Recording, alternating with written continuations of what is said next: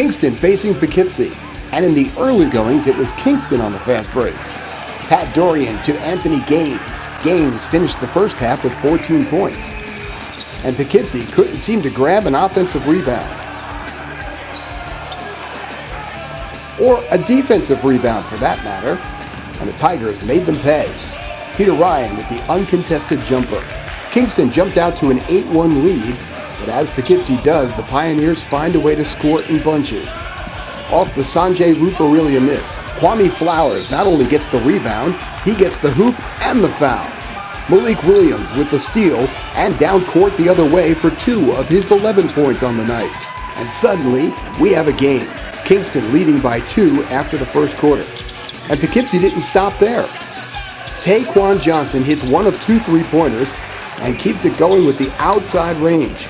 He finished with a team-high 14.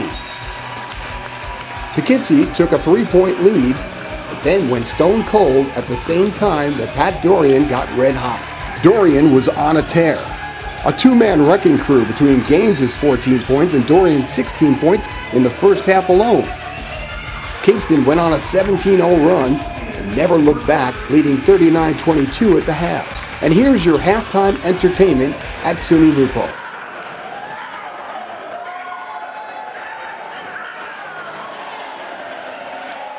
Nice moves.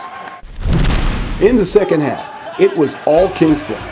Look at the great determination by Peter Ryan. Splits the defenders. Ryan had 14 on the day. And this is what the game became. A huge Kingston lead that had an exclamation point.